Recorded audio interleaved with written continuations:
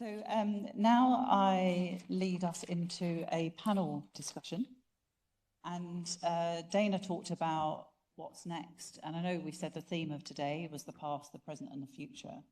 So I think the panel are going to get out their crystal balls and they're going to be able to tell us what they think some of the future might bring.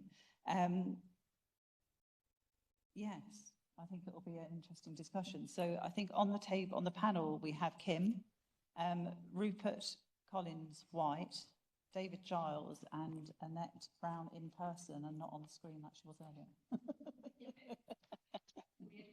Yeah, interesting. So I think we've got, so this session is for about 45 minutes and then we've got a couple of kind of 15-minute elements before we wrap up officially at 5:15, and I'll tell you the next steps and when drinks are after. So yes, enjoy. And you're facilitating, Kim's facilitating. Super. I'm going to go. Welcome to the future. I'm Kim Walton. I'm from the Dentist Innovation team, and I am delighted to be moderating this session. I'm also petrified because I think the time's going to go really, really quick. We've got lots to get through, and I know the panel have got lots that they can say about all of the topics. So I'm going to ask the panel to very briefly introduce themselves, and then I'm going to jump straight into the questions. Oh.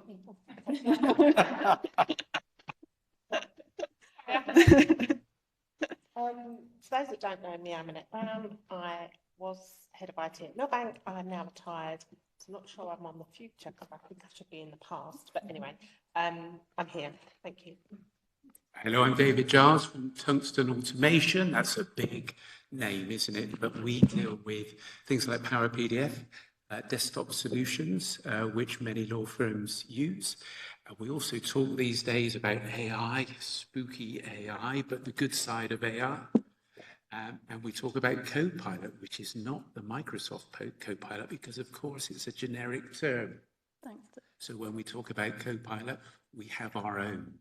So it sort of almost contradicts what was said earlier, but there's lots of Copilots out there. We'll explore how it's to be best used in your environment. Rupert? And I'm Rupert Collins White. I'm co-CEO of Burlington Media Group, and I also set up a million years ago the brand's briefing, legal practice management, and we were called Legal Support Network. So you may know us from one of those brands. We do all sorts of content and events for legal business management. Okay, so great. So we're at the Document Excellence Day. So the first topic is creating excellent documents. The first question is, Microsoft Word has been the leading product for producing legal documents for a quarter of a century. How long do you think it will continue to have that top spot? Who wants to kick off? Be handed that one. Forever, I would say. It's funny how over the time when we had our sort of pre-event chat, I've come across lots of products that were trying to do the same job.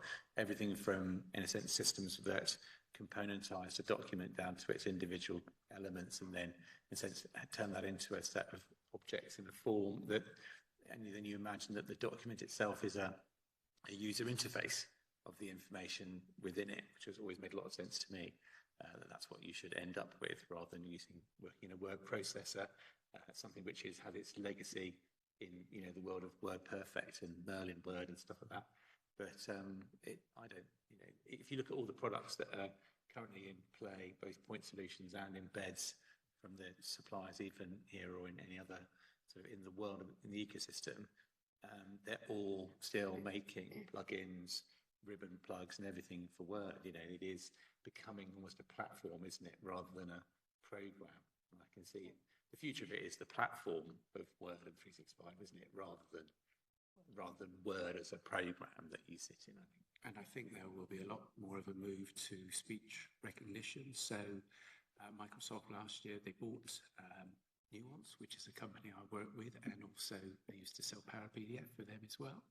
So it's moved on through a different couple of companies, but I think that's going to be the interesting thing. So if you're bought by Microsoft, you're either swallowed up because they don't want the competition, or I think as in Nuance's case with Dragon, their software, Microsoft actually wanted to get hold of the product to enhance what they're doing on the speech recognition side. So I think with documents in the future, there will be much more, you will speak your document, because these systems are getting very much, improved over time. And I think the written document, if you like, or the typed document will be a thing of the past. That will take a while, but it will come, I think. Ultimately, it will still be Word. I think it's a bit like bread, milk and eggs, and it's going to be Word. It's part of the core of what anyone, like you said, Rupert, it's what everyone feeds into. It feeds into a Word document. Now, whether you print it, whether you have it on screen, or whatever you do with it, but it always starts off life as a Word document, and I don't think that will go away. We've seen people try it. I personally don't think it will go away. I might be wrong. No, some of us that have been around long enough will remember that there were word processing products before Microsoft Word.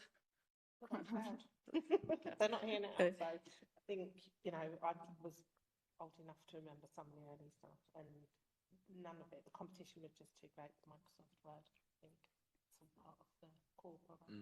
So next question on this topic is, in 1987, Richard Susskind talked about document assembly applications changing the way lawyers generate documents.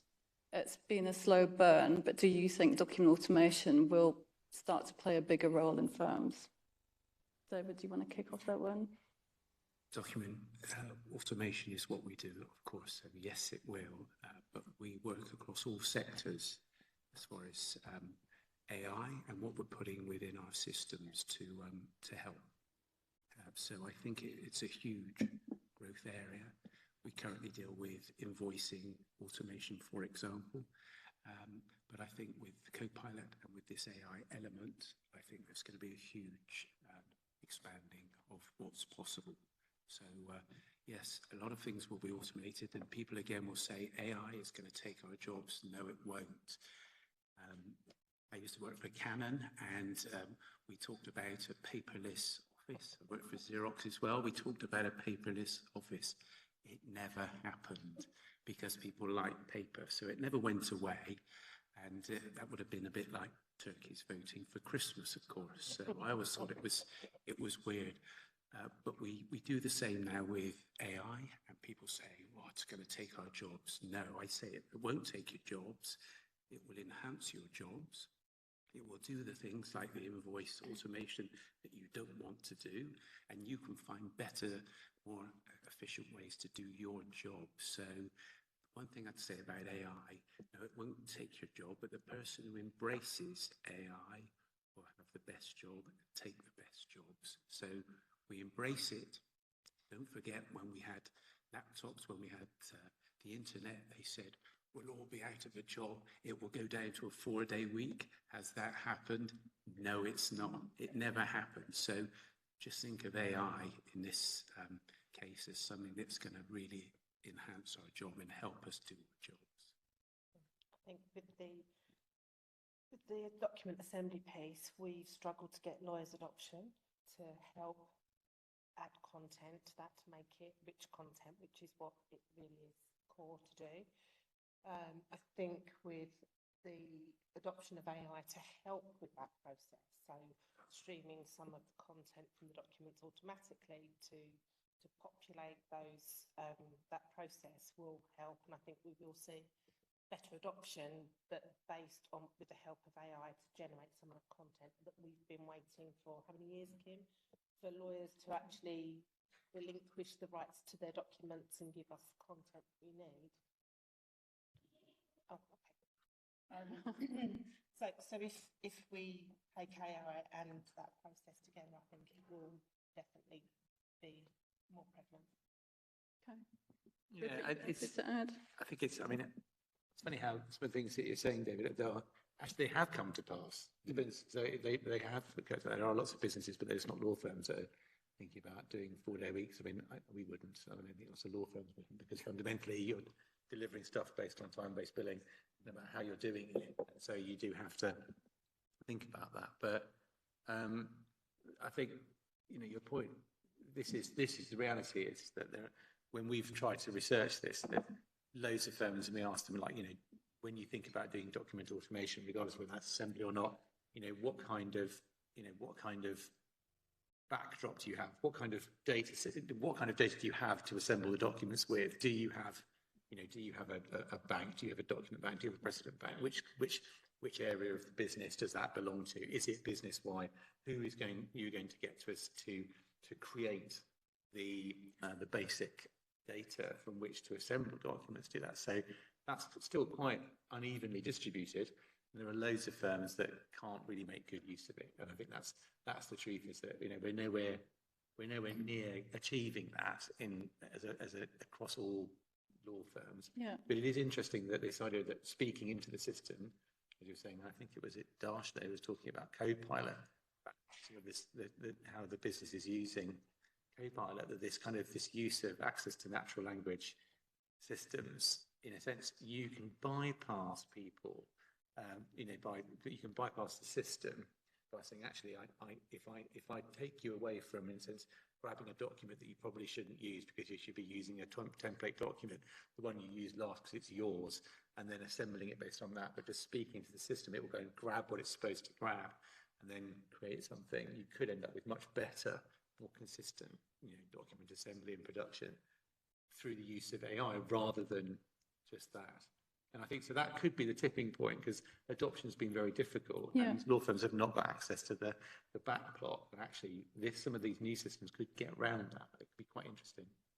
I should say I didn't warn the panel in advance that I was going to set a timer for each topic. So when that alarm goes off, it's kind of like time to draw it to a close. I've got one more question, and I just want a yes/no answer to this. And David's already touched on it. Voice recognition for producing legal documents didn't really take off. Now that Alexa and Siri can understand me most of the time, do you think it could make a comeback? Yes or no? No. David? I think it will. No, one word. Yes or Yes. no? Yes. Rupert? Yes, but not by dictation. Yes, I agree. I think be using for instructions and prompting and stuff like that. Okay, next topic is collaboration and workflow. How do you envisage the future of collaboration on documents? Will we move beyond emailing documents back and forth? Annette, do you want to kick off on that one? I think if we can overcome some of the security concerns that most firms have, yes, and I think it's a valuable tool. We've touched on it briefly, or had touched on it briefly. It's like anything. I think once you get a lawyer comfortable with a process and a workflow, they will do it. And once they see the benefit of it, they'll do it even more. I think one of the biggest problems that we encountered was the fact that the automatic save means that when they're working on a document, it will save it, and then they get paranoid about versioning and is this the right version, and who's touched this one, and what are the comments in this document, and can I get the original one back? And so there's a level of comfort needed to be given around it, and a proper true workflow so that they know exactly what that workflow is while they're collaborating in a document. And going back to the point about formatting the document when all the comments are made, I think that is going to be really key to the collaboration piece. I think when we talk about collaboration generally, it's growing. Teams collaboration already is huge. And I think once we deal with the security element of it, as you hinted at there, it will, the online piece, the cloud piece will dramatically grow. But until people are confident that their data is secure, then there's still going to be a stumbling block, I think, before it really takes off. But I think with Microsoft and Teams, as the basis of that, they should be able to sort the security if they can, and nobody can. Well, I mean, if you get an identity breach and someone starts hacking into your document while you're collaborating, who knows, right? Yeah, so exactly. I think they're right to be nervous about the security around it. I think law firms are pretty locked down now. But what about internal collaboration?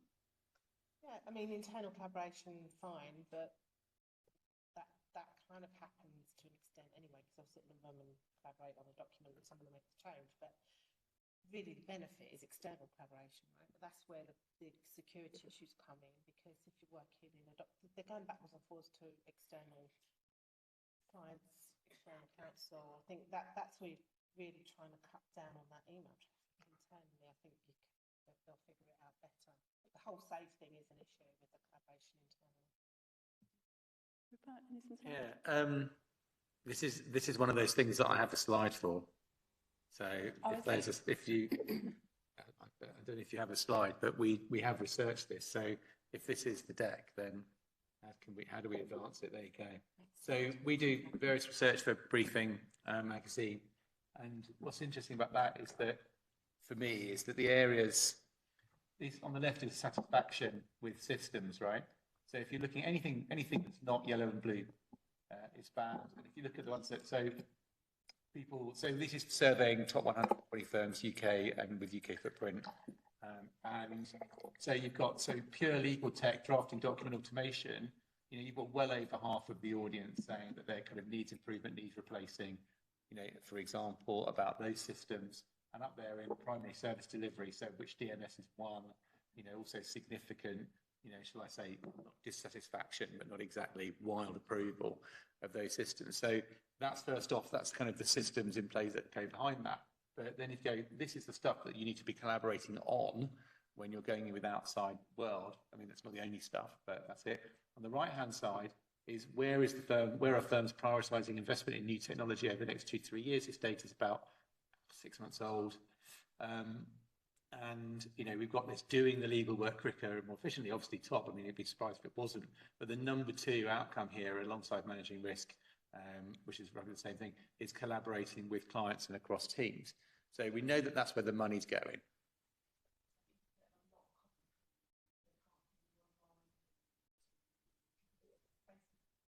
Sorry. Sorry. I can hear myself echoing terribly to me, you see. So that's why we're being really quiet. So we're kind of whispering into the mics. So so it's in front of me. So the point is that what we can say is that firms are not terribly wild about the systems that they've got that relate to collaborating and what they're collaborating with. And we also, when we're polling people, we're saying like half the audience say that, you know, and it's the second thing is that law firms are going to be chucking money at it. So all I can say about this stuff is that we know that that's where the money is going to go, which shows that there is a business priority and strategy to dealing with this. So it's clearly going to be important. So David's already touched on this as well. It's almost as if he's had the questions in advance. How will Microsoft Teams impact the way we collaborate on matters? Rupert, can I start with you again on that one? I think I've done Teams really alongside that. So Okay. And I think I have. I think that it depends on the firm. I mean, Millbank didn't adopt Teams. They've not used it for collaboration. It's been very low adoption. We use Zoom for most things, calling as well. I just think it really depends on the firm and the culture of the firms, whether they use Teams as collaboration. I can't see that really changing because firms are very particular about what they use, and it's a bit like I manage and NetDocs, right? They're going to choose Zoom or Teams. That would be my view. I don't think you're going to get a generalisation across the firm. Can I just have an indication from people in the audience? How many of them are, how many firms do you think are moving more towards Teams, using Teams more and more than they have been? And expect that everybody's got their hands up. So, yeah, thank you. Right.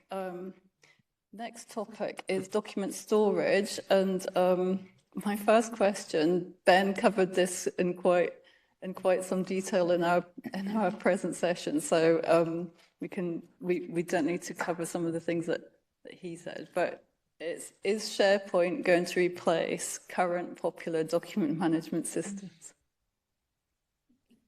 I don't know. I was at alternative events a few weeks ago, and there was quite a lot of talk around the new version of SharePoint and how much easier it was to use a document management system, and there were two firms, can't remember the names of them, but two that had actually already moved into SharePoint and were moving their documents out of the document management system, which I won't name, into SharePoint, because it's come along so much more than, I mean, we all know firms that tried it in the past and didn't have much success, but the new version of SharePoint apparently is a game changer. And I think to the point about Copilot integration with SharePoint, I think there's a lot of benefits for firms if they've got the balls to do it. Yes, for me, I don't think we get a lot of interesting feedback on SharePoint. So you might be right with a new version that might change everything, but at the moment our feedback is not it's not brilliant. So I think they need to do better, and if they do, then who knows? Rupert, are you hearing anything about firms moving towards SharePoint? I mean, it's funny, really. We do hear it. We know firms that are trying to try it out, put things into it. The truth is that, you know, the big DMSs have got the market sewn up, right? So it's very difficult to migrate away from that. It's a massive job. It's massive just moving from one to the other. I think the pressures are going to be that we all know that as law firms move to the cloud, over to move into cloud native systems, what you're going to want is something that's linked to the Microsoft stack that has that. You'll want AI systems that can delve across all systems in the business, not just one to the other. And as far as I'm aware, the current major DMS players, that name them, they have their own AI stuff that's very clever, but fundamentally it will only talk to Copilot index to index. It won't actually, you can't mine the system when you're doing it. I think that's going to be a potential stumbling block, and it will push people to look at SharePoint who wouldn't have done so. Downside is you might have to build it yourself, and no one wants to do that.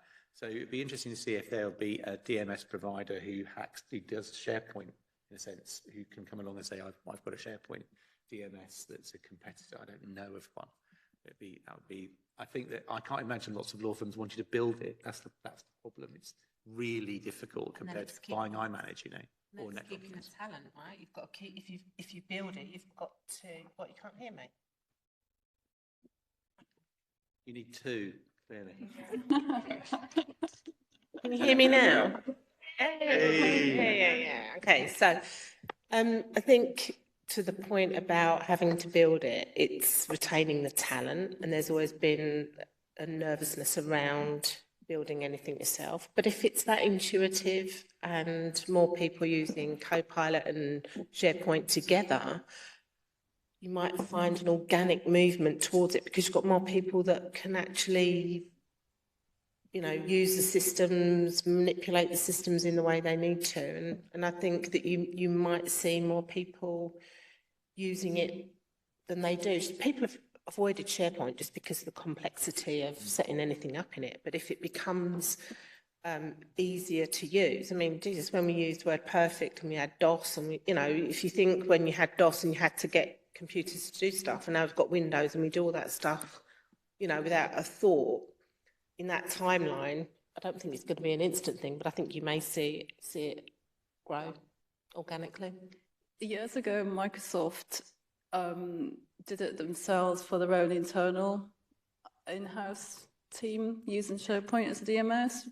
Do you think if Microsoft built a solution, law firms would jump on it? Microsoft's not going to play directly inside the market. The market's too small. So Microsoft have not been in. Years ago, Microsoft were direct in market, and it was a waste of time for them. And they've played through channel, what you call channel, ever since, through value-added resellers and everything else. So they're just not going to play. They've done stuff that's like, they've got some Microsoft stuff for legal in America that's kind of for smaller firms because it's a big enough market. There's just not the volume. So, I mean, it could happen. They could make one for legal, and they can just say, actually, it works for Americans, so you can have it as well. I can see it. And more likely, I would say more likely that law firms might end up using a hacked up version of it that's done for in-house legal. because that's that market there. There's a huge market, and also the companies that in-house legal are working in are fundamentally usually like they'll be SharePoint businesses anyway. So that's a more opportunity for Microsoft to play in. It's a bigger market. It can't be bothered, I wouldn't have thought, to solve a legal problem. Great business for a start-up. Great business for a start-up. Anyone else? Well, if you want to make a SharePoint DMS, go ahead. It sounds not non-trivial. All right, next question on storage. Cloud or on-prem, which is more secure? And are we likely to see everything move to the cloud? Okay, I can take that because we get a lot of feedback on that as well from our customers. We work with the MOD as an example, and absolutely the cloud a no-no. They don't want, for obvious reasons, if they think there's any security breach or possibility of an issue, they do not want any of their stuff on the cloud. So until the confidence comes into the marketplace, people like the MOD will not be moving anywhere other than on-prem.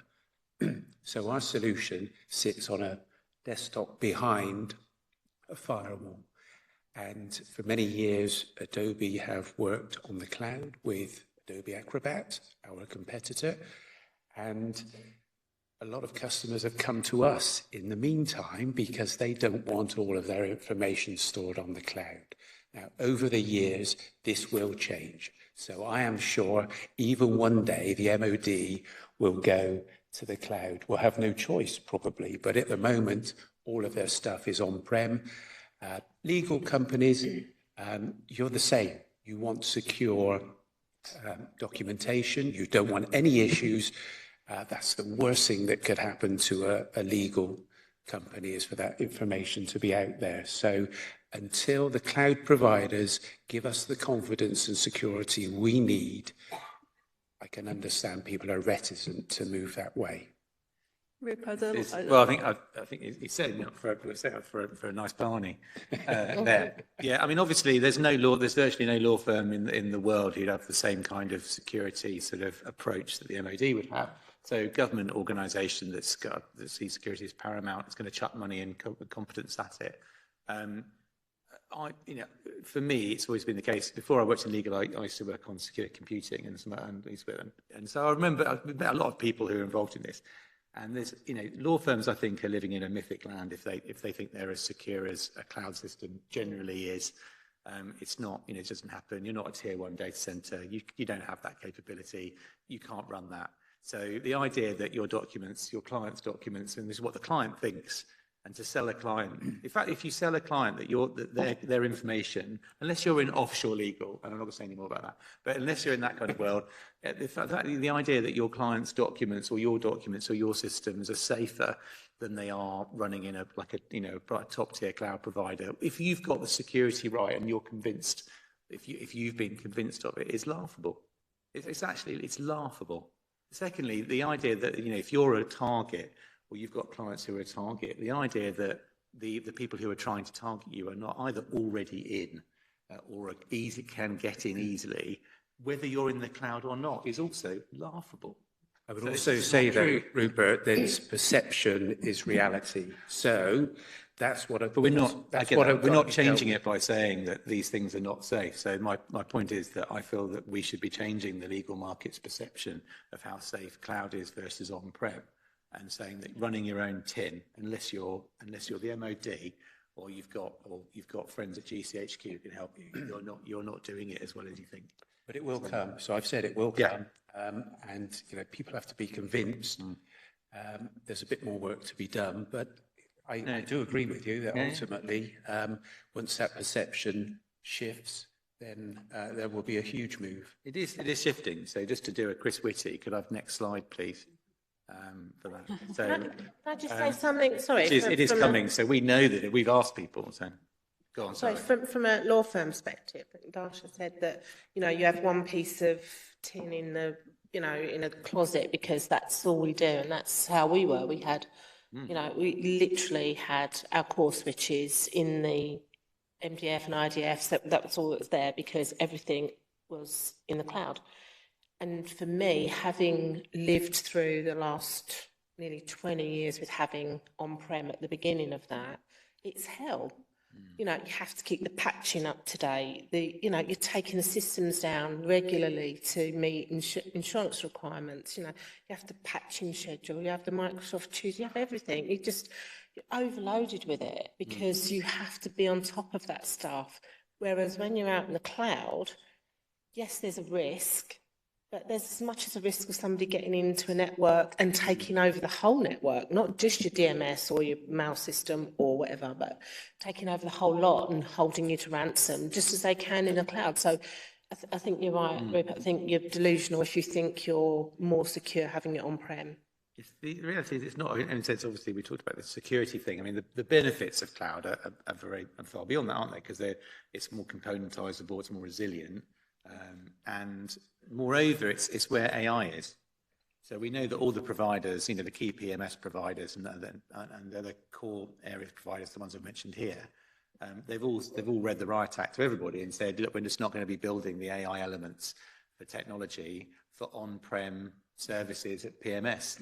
They're just not going to make it. So you can stick on Adderant or Elite or what have you for the next 5 to 10 years, but you're just not going to get the updates. You won't get the power of AI against it because those are all going to be built around native cloud. So the drag is going to be to the cloud is going to be pulled by the benefits or potential benefits of AI and availability and constant updates. Yeah. And everything else. So, Even simple things like sorry. power. I'm gonna move on to the next topic. Sorry, Annette. I'm going to change tack completely now and talk about people and places. I expect that many of you who are here in person are probably going into the office fairly regularly. Is that? Yeah, whereas myself, since the pandemic, I've worked mostly from home. So should I expect to be asked or encouraged, whatever encouraged actually means, to go into the office more often? And having sweets at the coffee point isn't enough. It's a big yes for me. I think that I learned a lot from people around me. I'm a very tactile person, as most of you know who know me. I just like to interact with people, and I found the pandemic difficult for all of those reasons. I understand why people don't want to come into the city, and I get it. Should we be encouraging people that don't want to come in? I have no idea, but I just know that you lose so much. I'm sorry to say you do, but I think you do.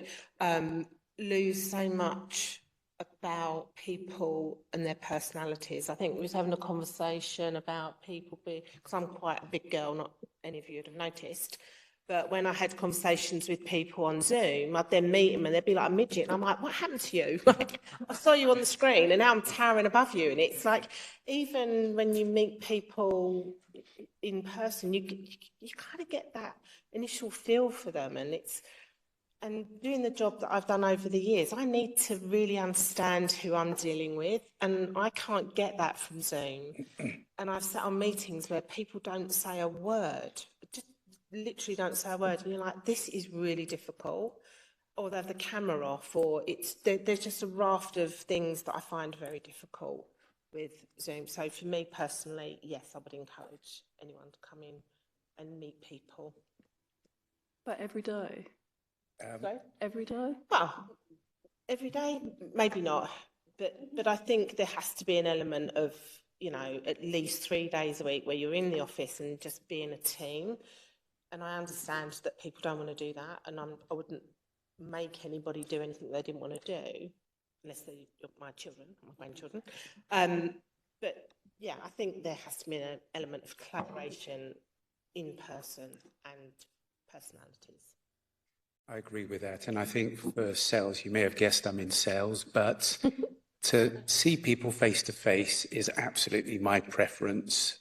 Doing, you know, a couple of years on Teams calls, a little bit soul destroying for salespeople, to be honest, because it's all very two-dimensional. And I think once you get to see people know people, you know, you do better business, you find better solutions.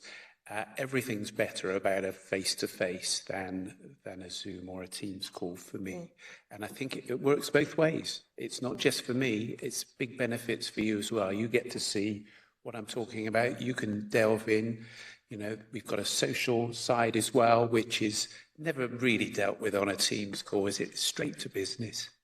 So I dislike that. So it's nice to get out. I've been at home 2 days this week. I had to have a shave. I look like a tramp to come out and see you today. I've got building work. I was doing electrics. I've got electrics coming out of every orifice. I've got a new kitchen going in today. I'm pigging well happy to be out speaking to you directly today. So God bless you all. I think I've made my point. Yeah. And some. I think just for me, it's going to be, we said the P word now. Next slide, please. For me, yeah, we track this. We've been tracking this actually since the pandemic. So we think this is really interesting. That I'm not going to, I mean, I wouldn't comment on how often people should or shouldn't be like the rest of the panel. It's not up to us. What's really interesting is that for us, as far as we're concerned with the research we do, hybrid working is forever. That's it. It's done. So all companies will now be, unless there are certain restrictions, like if you're in hospitality, yeah, you have to be there, right?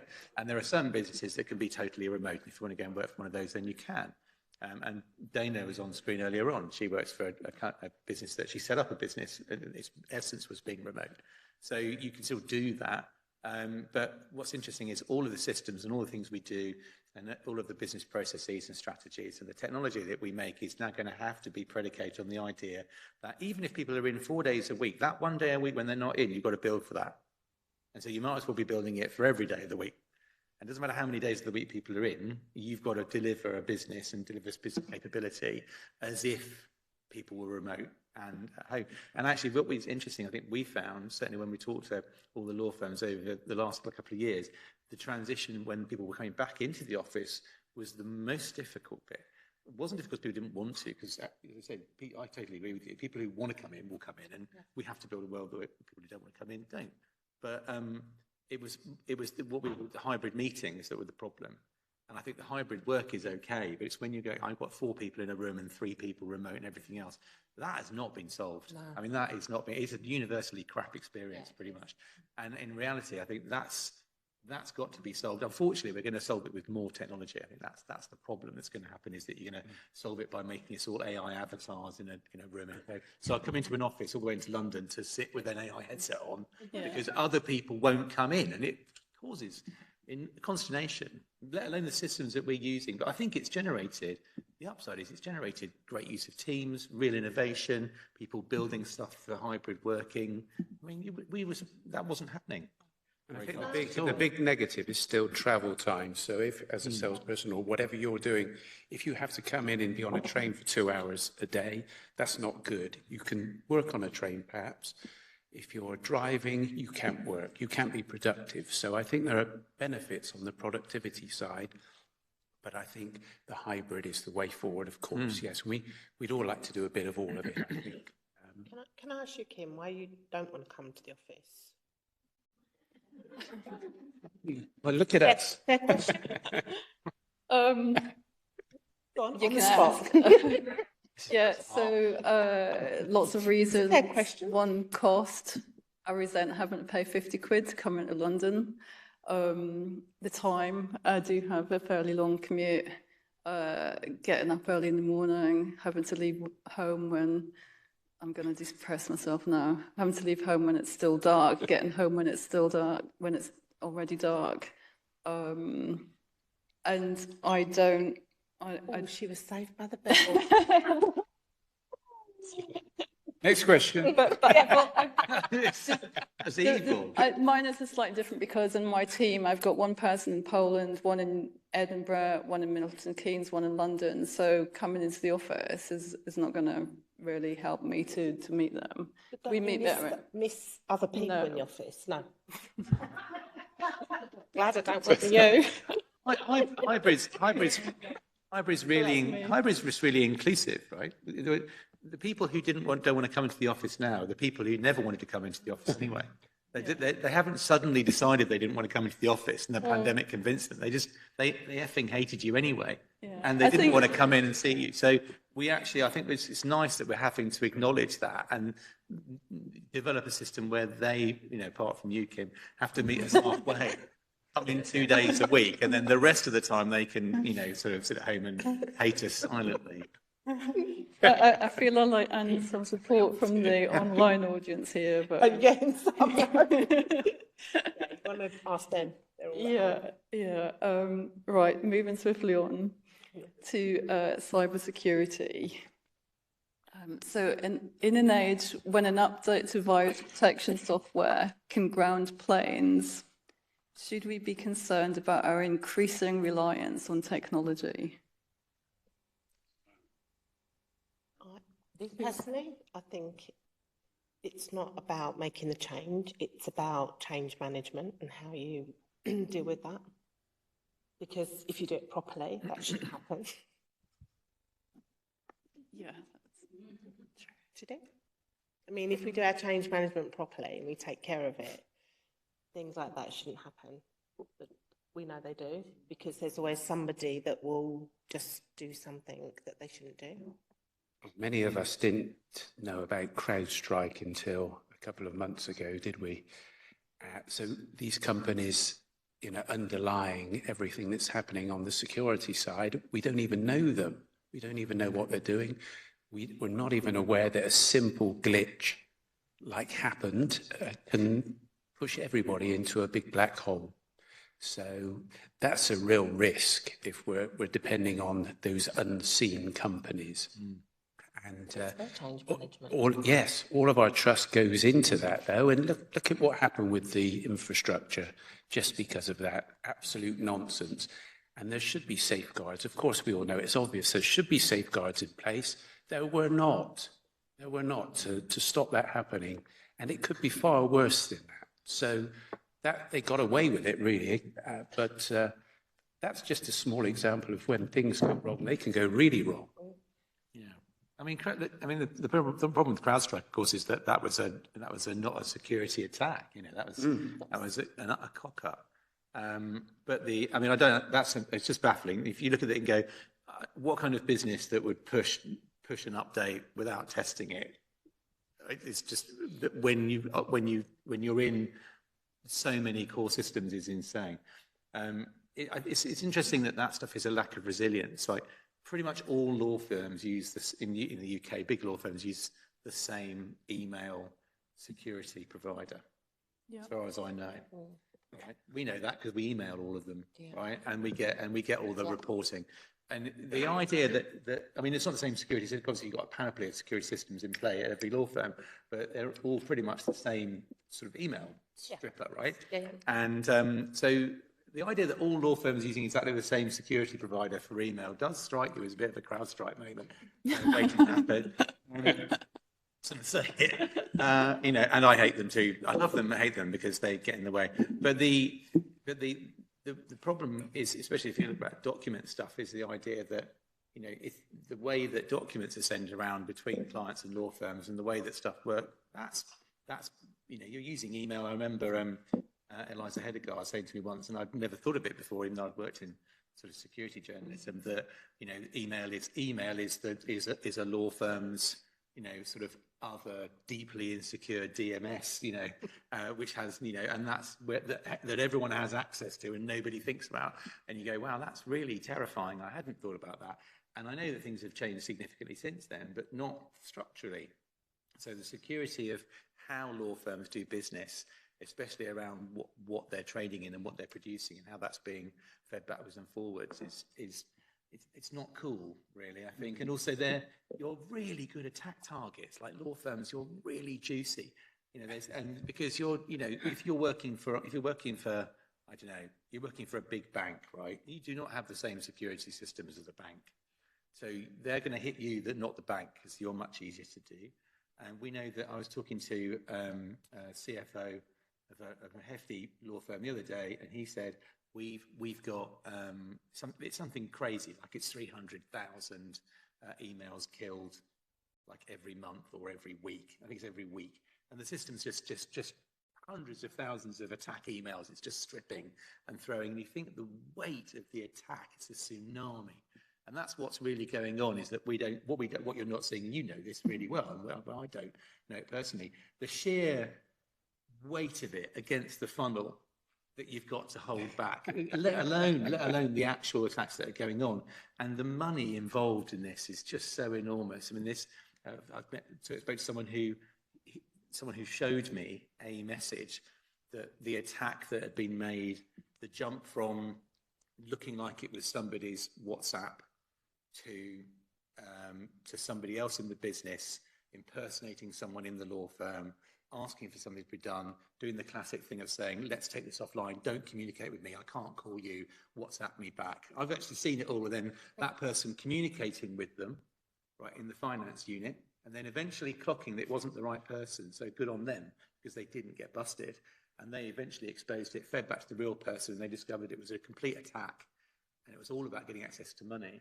Now, and this happens all the time, and it's happening all the time. It does, because... So I think this is a topic that we could speak about all the time and for a long time as well. So I want to squeeze in one very last question, and Julie's pointing daggers at me. What emerging trends do you see shaping the future of document excellence? And maximum 30 seconds on this one.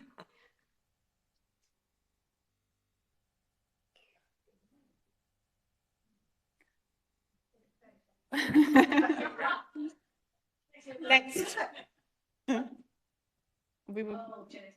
Yeah, I did have a question about blockchain and and other stuff like that. So, but thank you very much, panel. And Thank you.